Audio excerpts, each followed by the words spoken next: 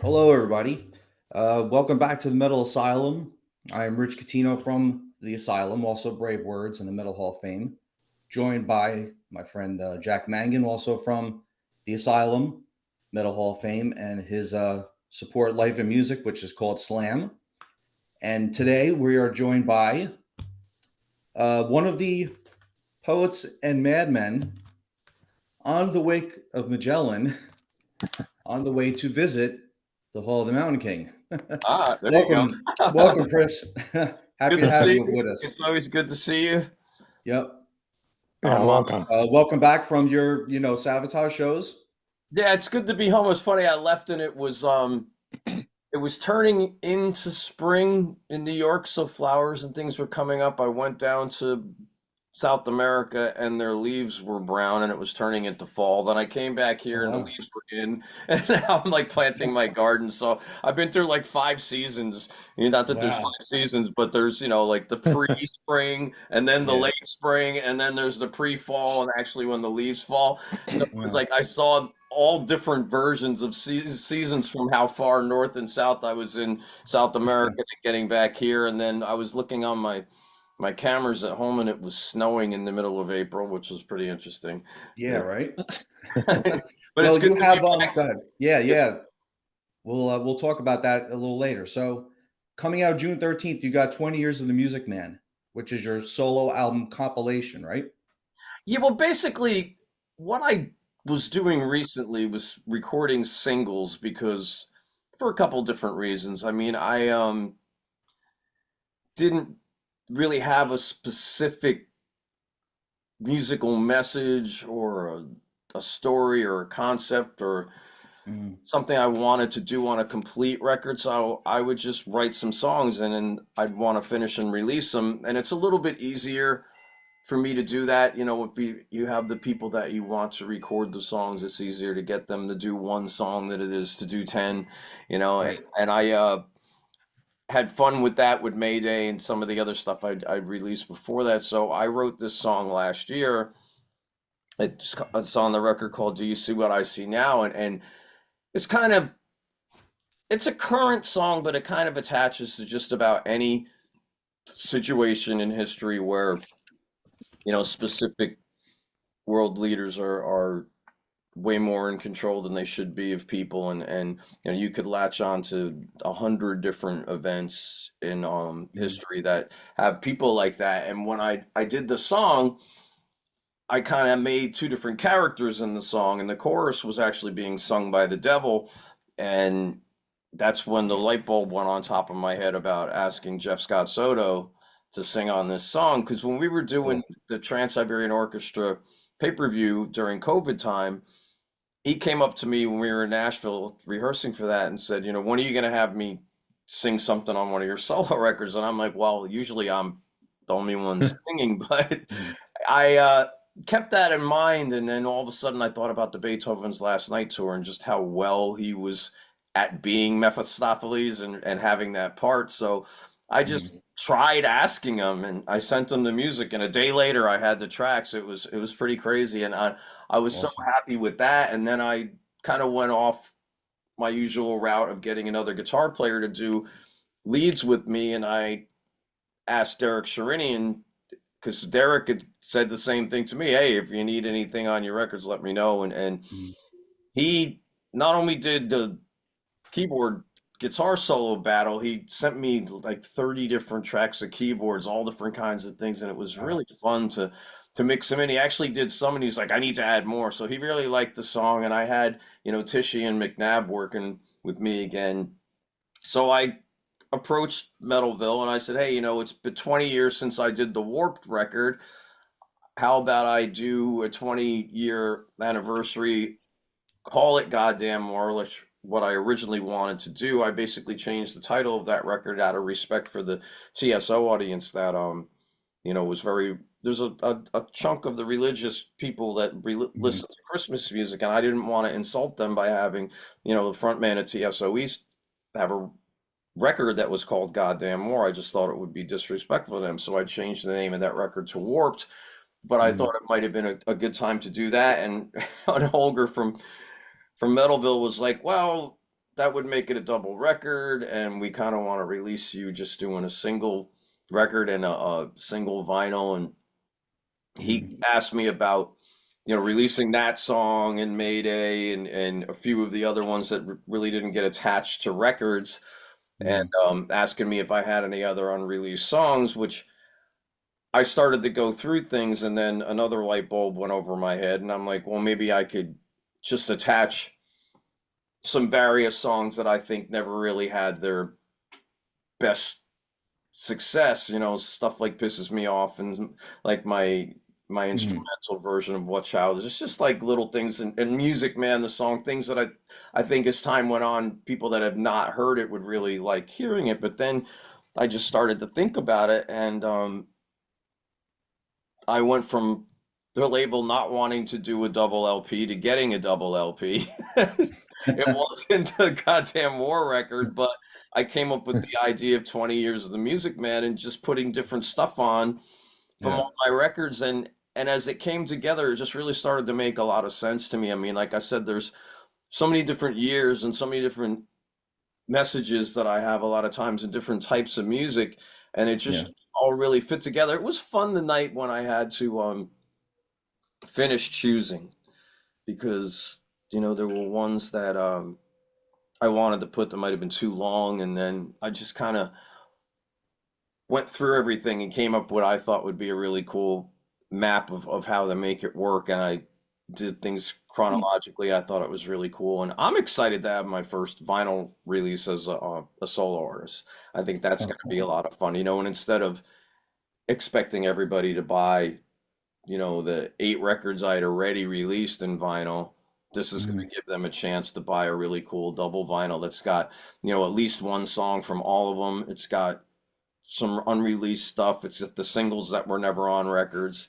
And it also Right. has the trifecta of Pisses Me Off, You Gotta Be Fucking Kidding Me, and Sick of This Shit, which is like, I think, perfect for Yeah. 2025. It's like Yeah. Right. any day you could turn around and tag them. And the main reason why that I decided to put the third to put You Gotta Be Fucking Kidding Me on too, because Sick of the Shit was never on a record, so it was something that actually Holger suggested I put on, and it pisses me off. I still don't think it's had its day yet. Everybody's like, "Well, record a new one," and I'm going, "Well, that's kind of dangerous, because when I did Pisses Me Off, it was over 20 years ago, just right around then." And at that point in time, the internet was just kind of kicking in. And, Yeah. the whole people that you actually anger by saying something situation had not really taken off yet. So when I Mhm. wrote Pisses Me Off, it was able to be listened to with a sense of humor without people going, I can't believe he said this, Yeah. and analyzing that. So if I was to write a new Pisses Me Off and add things from now, as much as something may piss me off, it's going to piss somebody off that I wrote it. So I think the original is something that is kind of timeless in its own form. So on Pins and Needles was You Gotta Be Fucking Kidding Me, and when it went to iTunes, somehow the titles got messed up, and the song that's called It's Sad wound up being the title on You Gotta Be Fucking Kidding Me. So it was impossible for me to share that song as I wanted to, as Right. that tongue-in-cheek sort of metal song, because I had the wrong title. So I wanted to put that out with the correct title on it, and Mhm. that's why that added on. And plus, like I said, it just fits the trifecta. So you have that, you got the humor side, you got Yeah. songs like My Light and Music Man, and things that have some more of the counterpoint, things like Abandon and Mhm. Why. And then you've got the straight ahead heavier songs like the new single and the other ones that I just went through and picked. And I think that your Heaven Is Real was something that was a pretty crazy song for me to write, because when I wrote that song, we had just gotten off a tour where I had an anaphylactic seizure and I actually stopped breathing for a minute. Oh, wow. So that song really has a pretty realistic connection to my actual life. And when I was looking at my plays of songs on the net, besides Pisses Me Off, that was the one that was played number two, even ahead of Music Man and other ones. So I'm like, I think that Mm. people were able to read into that song. Plus, it's a cool metal song. So I'm Yeah. really happy to have the choices kind of work really well. It flows good, and then it ends with Abandon, the same way kind of the Faces record had ended. It's got that same tag at the very end, and I think it all comes together pretty cool. So I'm excited for people to get it. I'm excited, like I said, for people to have vinyl. I'm going to be, signing and selling them through my website. So Oh, cool. I think the cover is very signature friendly too because it's got a space. I was like, I like that space. I was looking at it first and going, should things be brought more forward? And then I thought about Jester's Court, and I thought about some of the other records that I had to sign for bands that were really busy record covers. I'm going, Hmm.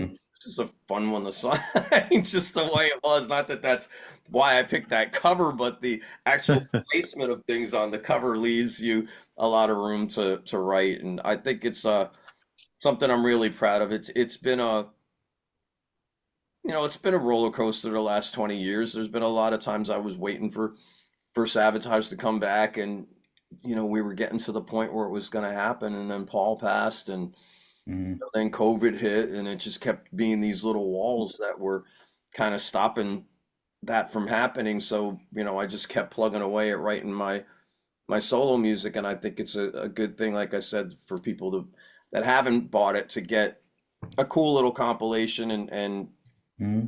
again, like I said, not have to buy every single song on vinyl because that could be a little bit expensive right now. Vinyl is very expensive to make. Hmm. Yeah. Well, you picked a nice selection. I think it's a nice variety of your different styles and your playing too.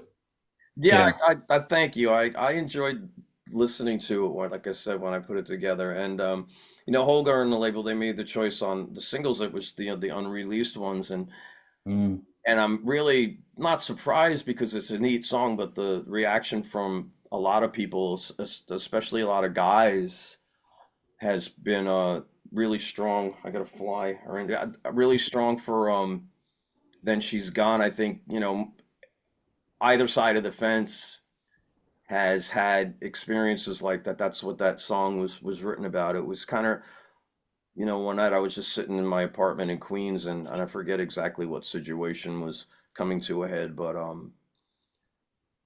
I wrote it where the first verse is kind of like me messing things up, and then this next verse is somebody else in my life that had messed up things. So it's kind of Mm. just a real life kind of situational song where you all of a sudden somebody's in your life, and then boom, they're gone out of it. And like I said, it leans onto either being the fault of you, the fault of the person you were in a relationship with, or both of you. And I think Mm. there's a lot of people that heard into it. It's a quick song, but it's pretty cool. I just did that and recorded it, and I put it aside, and I never really thought about releasing it. I was gonna throw it at the very end, and kind of do the way Curtains was, and have something like that. But Mm. it's been really well received. I got a video coming out for a lyric video this week, which is in proper connection to how screwed up my life has been lately. The single came out and I didn't have the video ready. I actually managed to get the video for last time the night before it was out. And the label had their lyric video. I'm like, wait, wait, wait. I think I might have something you guys can use. And then that night, I had that video come in there like, this is really good. I'm like, whew. So now I told them I was considering doing another one with Wayne Joyner. They actually asked, they said, well, it's okay if you get that in a little bit later because I think they Mm. really like the way he's did the video for Mayday and the video for this, and I managed to get him a vocal a vocal video of me before we left for Brazil. I was sitting there in my hotel room in Florida after Savatage rehearsals. And I'm like, God, I gotta get Wayne something because the last video I did, really, I never sent him anything, and I'm like, well, I should just send something. So it was just a lyric video with photos and animation, and so I started filming myself. And I hate selfies. I hate Cameo. I hate that whole thing. It's not me. So I took some stuff and I'm looking at it, I'm like, this is awful. So I go, what do I do? So I just took the phone, played the song, and spun in a circle. And what you see in that video is just me holding my phone and spinning around in a circle and singing through last time. And it actually kind of it worked out pretty cool. I thought that way he did that video and everything in it looked really good. So I was All happy. right. Jack, what do you got? Cool. Well, as promised, Chris, you've answered about 75% of my questions, but I have. I told you that would happen. But no, I definitely. Well, so I want to back up what Rich said. It's a great selection of songs on the new album. Are you going to do any live dates to support this release? Well, right now I'm kind of in a one day at a time sort of formation of my life, because there's a lot of things going on in my personal life with my family. As as people get older, things kind of swing around that you're not exactly expecting. So if I was to sit here now and make a plan for something at a particular point in time, that I don't want to take a chance on there not being the ability for me to now the house phone is ringing. This house phone never rings. But, wait, I'm gonna hang this. I'm gonna shut All this right. down. Oh wait, it's the wrong stop. This is my best friend is calling.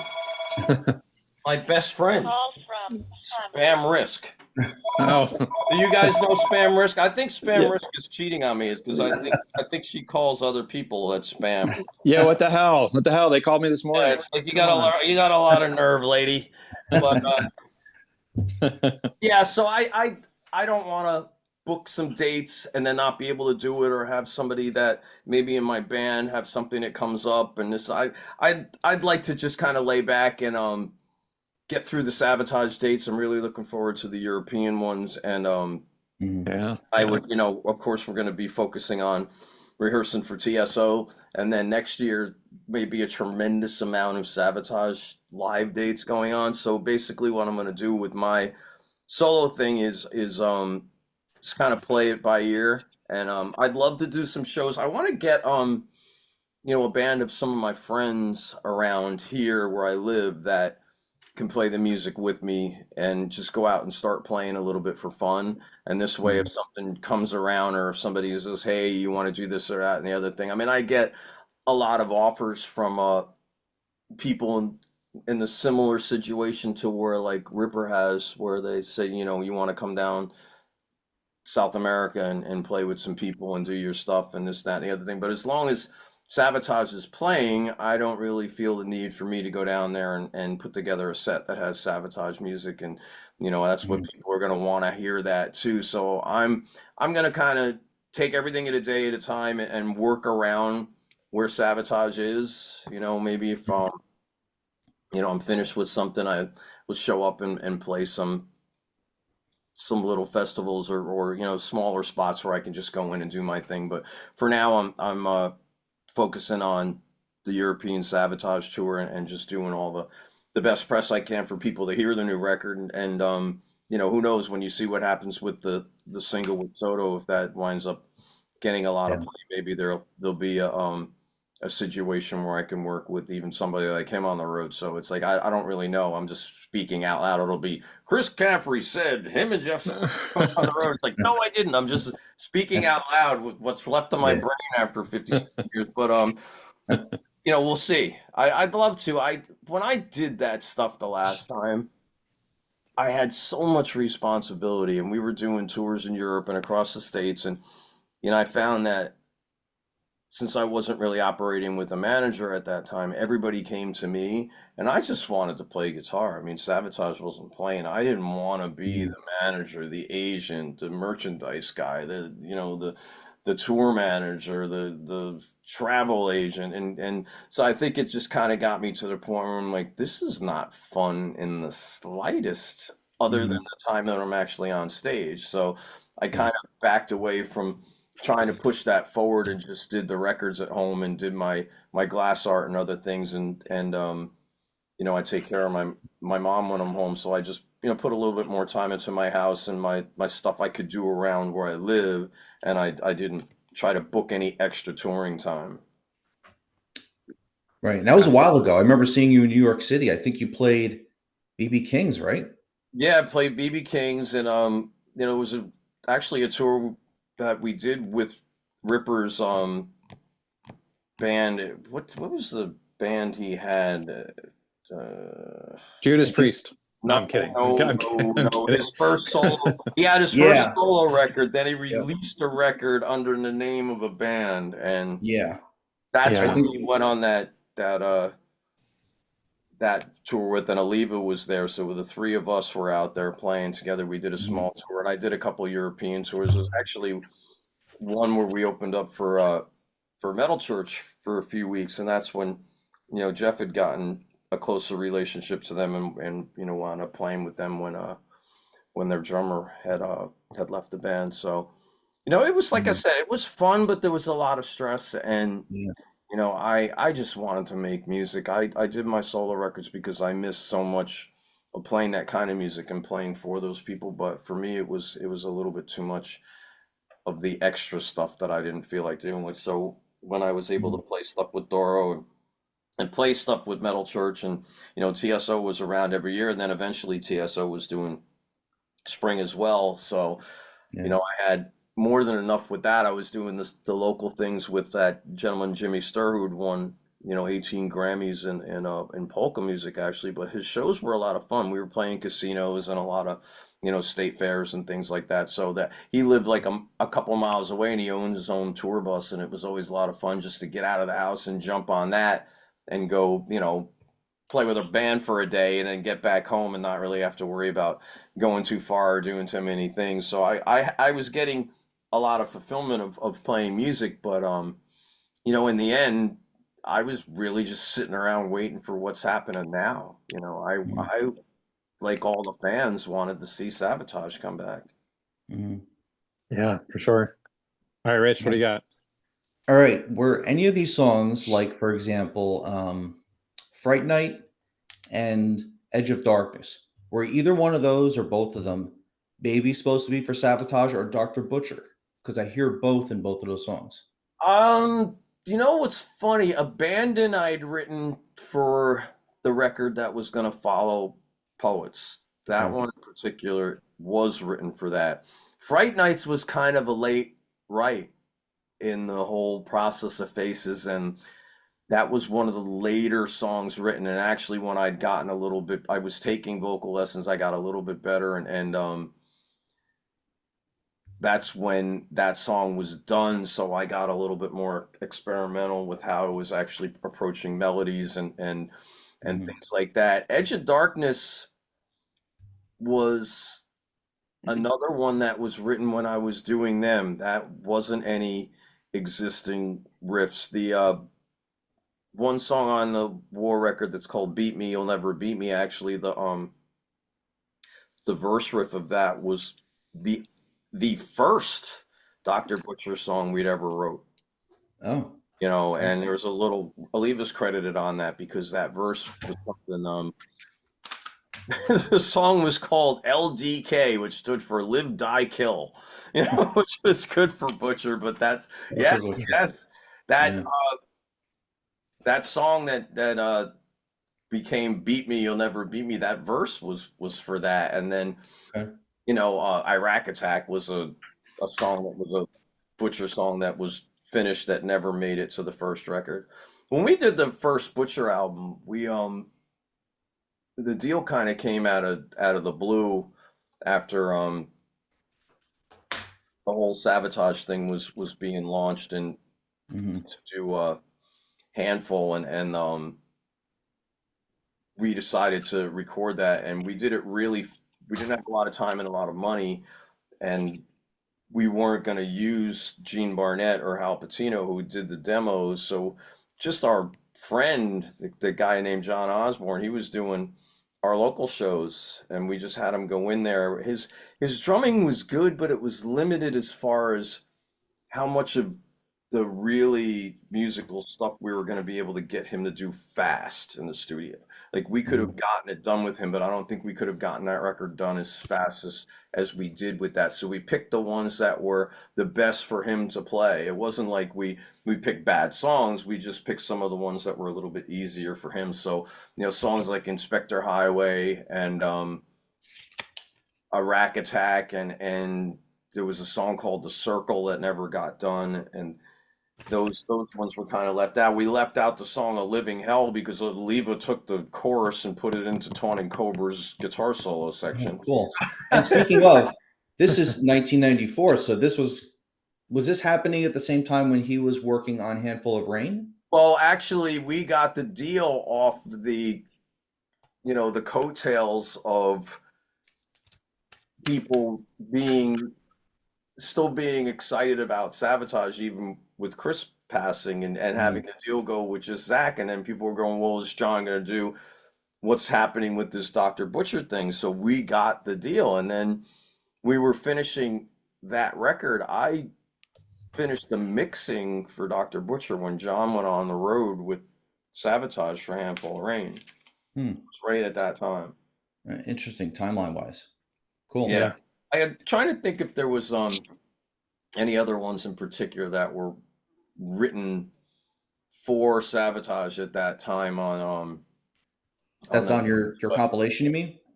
yeah, on the compilation or even on those ones there. But I think that for the most part, a lot of the things were things that I had just written fresh. I'd given Zachy the three songs that I wrote for his first Circle of Circle record.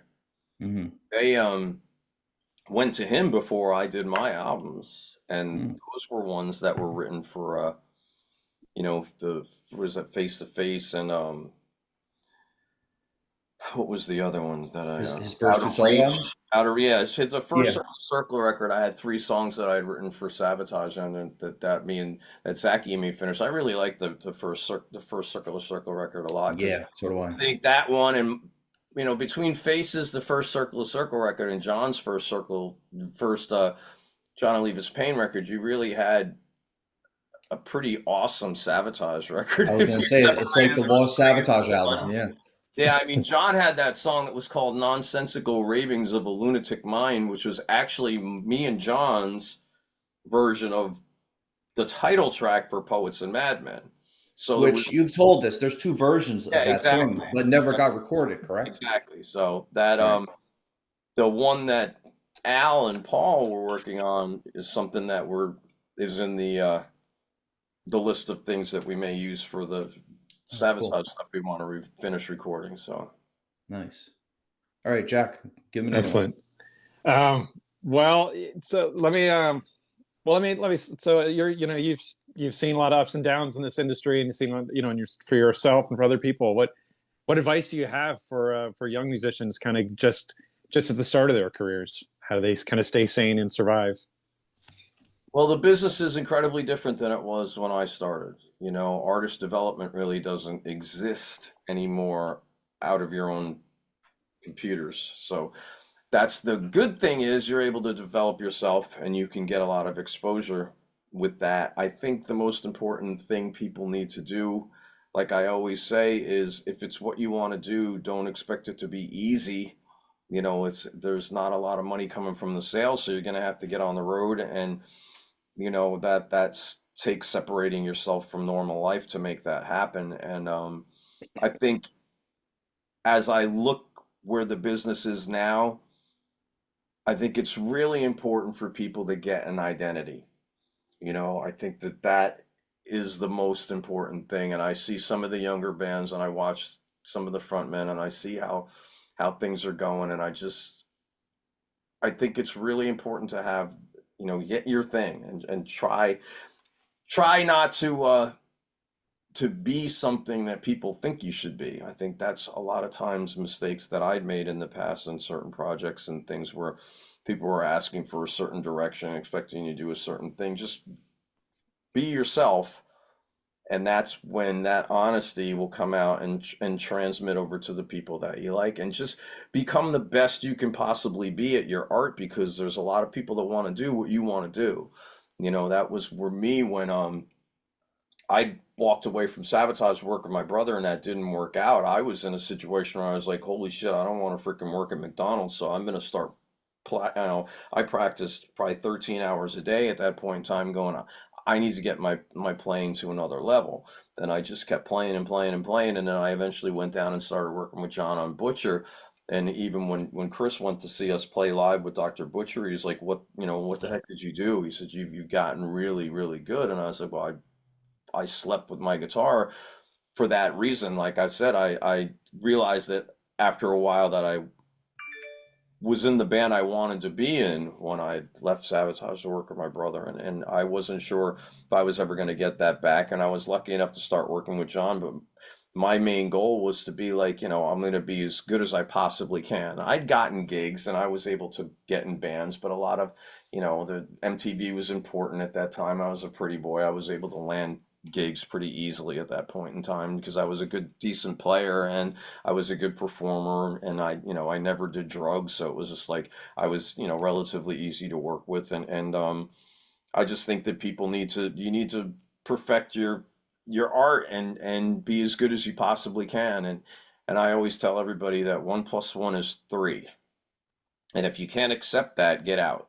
As much as you know it's 2, you're going to run into somebody somewhere in this business that's going to tell you it's 3, and you're going to have to be able to sit there and smile and nod and accept the fact that they're right, even though they're wrong, if that makes any sense, because the business doesn't make sense. And you have to be able to control that part of you to where you have to kind of follow the lead and get in without being too bossy and cocky, because like I said, somebody may have an opinion about your songs or yourself or what you're doing, and it may be incorrect, or it may not be what you believe, but it's better to smile and say, well, thank you for listening, than it is to say F you and you're wrong.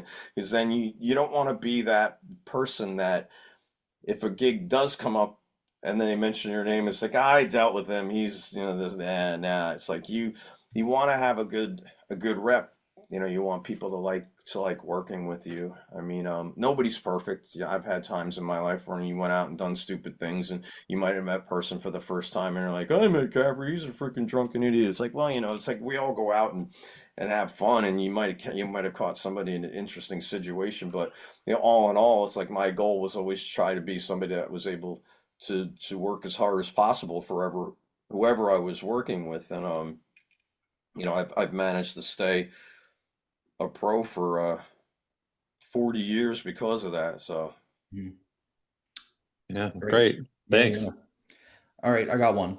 So, what do you use, either tuning wise, guitar wise, equipment wise, that separates your sound from solo the way you do with Savatage? Because your guitar tone doesn't sound the same. you know what the funny thing is? I'm using pretty much the same thing for everything, which is Really? really bizarre, because I was practicing the Sabotage music, and all of a sudden people were listening to the videos that I'm playing, going, that sounds just like the Sabotage sound, and I didn't really change anything. I think it's more or less an attack, a little Hmm. bit of an attitude, a way that I play, a way that I write. I mean, I seriously wasn't doing that much different, which is Hmm. kind of really bizarre. When I was rehearsing these new Sabotage songs, I went and played through every Sabotage record front to back, and it was kind of almost like a haunting sort of situation, because there were songs I never played that I knew. There was Hmm. solos that I never played that I knew. There were solos that I'd played before that I all of a sudden played differently. And I watched videos of Chris, and I was like, this is freaking creepy. I was sending stuff to Zach going, or something going on. It was just like, it was a little bit of a little more guidance, either that or I just got better and I was older and I just was finally able to play on a level that was closer to Chris's, and I was just playing like him more. But there was a lot of things that happen. But I think with me, when I'm doing my own thing, the same way my music is kind of all over the map, that's the same way my solo playing is. So I kind of speak the way I am in this interview. You know, it's like every question has 9 answers and it's up and down and a lot of emotions. And that's kind of the same way my guitar playing is when it's for myself. Mm-hmm. Gotcha. Okay. So is that how a song is written from you? Is that how you write songs? Is that the same approach? Because to me, I'll just say, to me as a listener, it sounds like it starts with the riff. But is that kind of too much of a blanket statement? How do you write a song? What's your process? Oh, it's funny when I did Faces, I was such an idiot. Not that because I didn't know. It's like I'm writing these songs with these cool riffs, like yeah, and I record them to these drum beats, and I ain't Geddy Lee. So when I went to play the stuff live, I was like, you flipping idiot. You probably should have like played the riff and tried to sing it and make sure that when you went to do it live, you know, put some open chords behind the stuff, you know, when you get to feel uptight on a Saturday night. Dun, dun, dun, dun, dun, you know, there's just a chord. The radio's the only lie. You can spin your arm, but when you're doing these freaking things like even Edge of Darkness and Fade into the X and stuff like that, I don't know, started playing the riffs and trying to sing them like this is like, you know, the stomach rub your head kind of thing. So back then I was kind of probably writing the music before the lyrics, or I had lyrics and then I matched them together. I think as time went on, I was doing more of writing chorus hooks and putting music around it. And then I was writing riffs and then laying off them a little bit as I got into verses to make them to where, you know, you could sing and play them a little bit better live. So I think I adjusted the way I did it that way. And then, you know, always with this, once I had gotten a chance to get on the road with Savatage in 96 and 97 and travel the world again and listen to the way some of these kids really attach themselves to things like Believe and the story of Dead Winter Dead, I realized, you know, when Paul had said to you, you know, anybody can write a song about a car or a girl, but it's really something special to write a song that could change someone's life. And I understood the power of lyrics more, so I started to focus a little bit more on the actual content of the lyrics too. So I would have a lot of things written, and I would try to piece them all together. I now a lot of times I will write verses and choruses. It's funny because I write them in my head. Sometimes I write them when I'm sleeping and I wake up and put them on the voice recorder. And there's a bunch I haven't even listened to since I woke up at that time.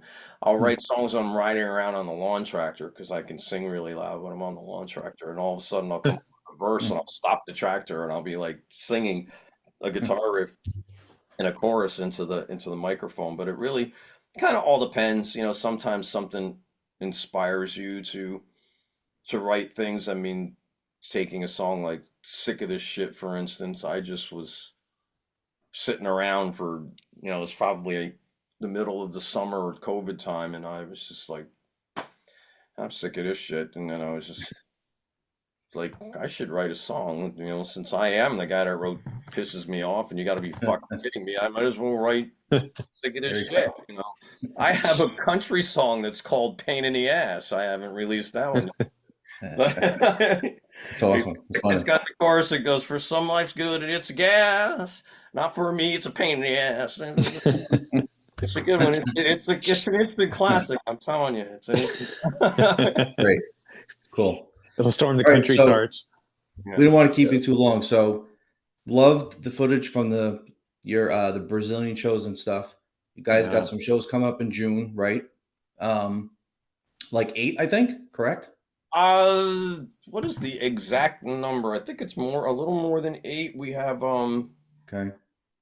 We have 5 distinct Savatage. 1, 2, 3, 4, 5, 6, 7, 8. There's 10 shows.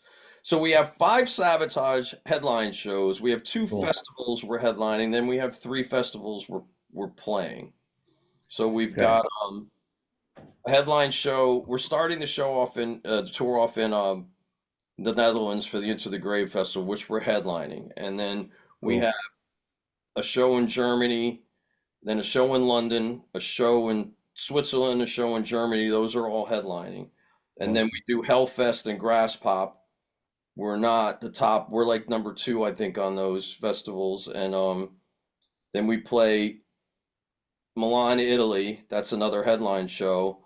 We do the Barcelona Rock Fest. It's another festival. I think we're on right before Slipknot with that one. And Mm, then we go to Greece and we're ending headlining Rock Wave. So the couple festivals we're headlining and those five shows will be the longer sets.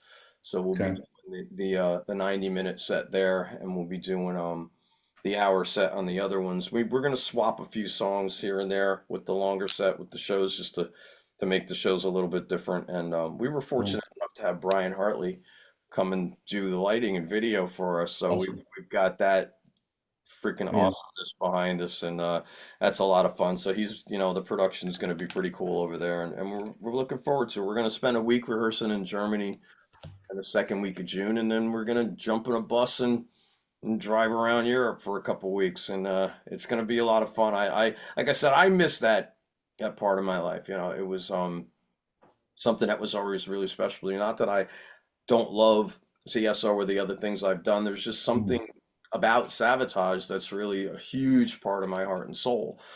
So with that gone, I think I was always looking for something or would see the festivals and do the shows I was doing with Doro and other bands. And, I was always happy for her to be playing, but deep inside me, I was going, I really wish that yeah. my band would play again. And now that we are, it's like I said, there's a evenness, I think things connect really well, even when I was, mentioning when the bad things happen in life and the challenging things, if you have that kind of that, I don't even know what to call it. It's like a wedge. It's something that's holding your energy together to help you deal with the things that may not be the most perfect at the time. And having Sabotage back in my life has been like a crutch, is kind of maybe what I'm looking for. That's helping me really focus on, keeping myself together in that, because Mm, things can get really difficult and sometimes you could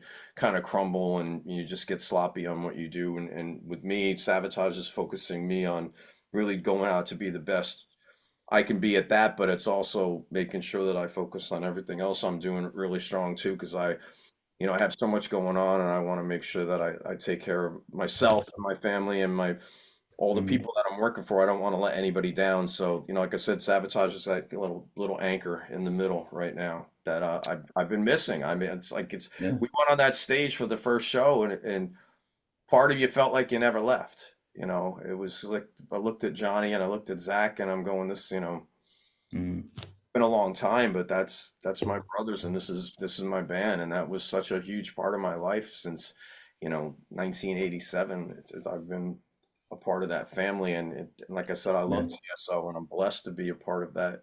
It's one of the most incredible tours and bands that's ever been. I mean, I can't even put it into words, but there's something about Sabotage that's the kid in me, and it's kind of Hmm. like the parents were always going to the luxury resort hotel, but Savatage is like going back to Disney World. Yeah, it's like I get to go on Space Mountain, and Cool. it's like it's fun. It's not that other stuff isn't, but when you stand in front of 40, 50,000 people and you start Hall of the Mountain King, there's a rush you get that Oh is yeah. so fun.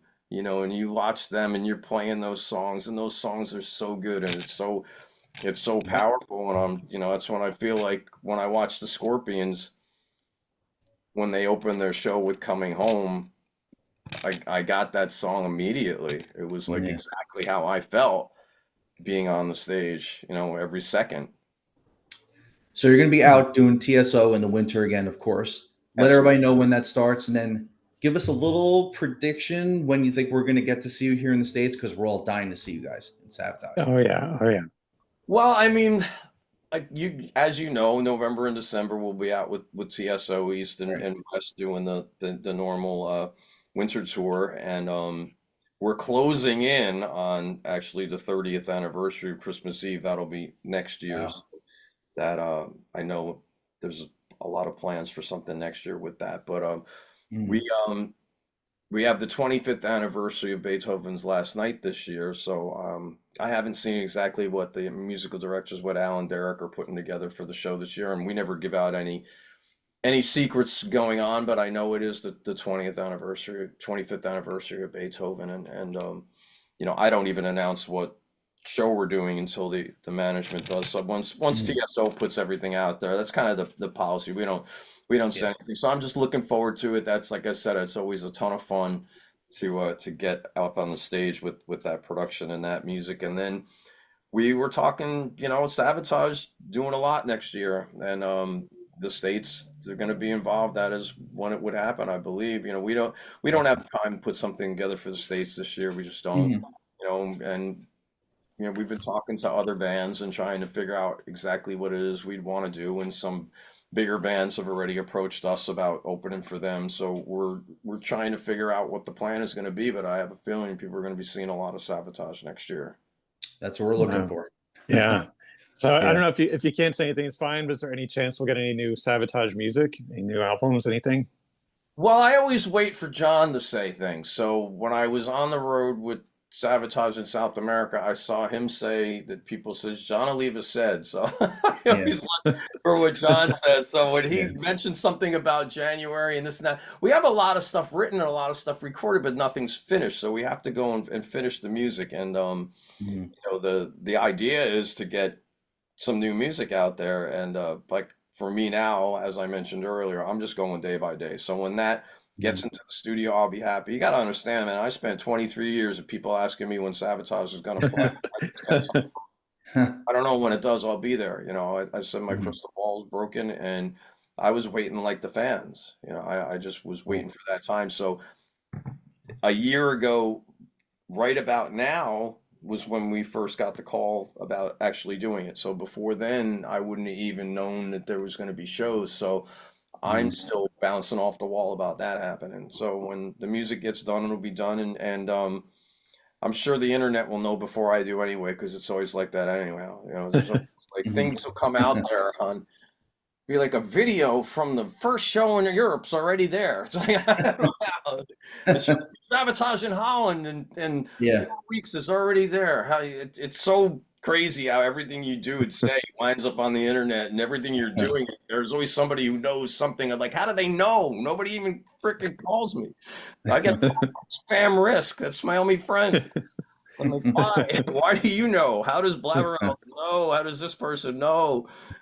It's always Yeah. funny that way. So I wait. I let TSO and Savatage make the announcements, and I share the news, and then I Cool. hopefully don't forget what it is that I'm doing with my own stuff, because there's so much going on right now that my emails get buried, and my label will be calling me up going, "Did you see this interview? Its deadline is today," and I'm like, "Oops."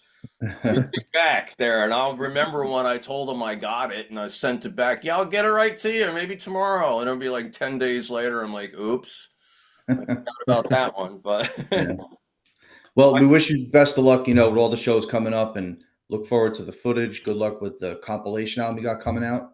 yeah, no, I'm And excited for that. Like I said, I think that people are going to really dig the song with Soto too. I'm excited for that single to come out, because it's a really cool, heavy, progressive kind of metal song that it fits really well into the type of stuff I did. But I'm excited to have Soto singing, and have Derek doing his little battle with me, and it's just for me it's one of those really fun ones.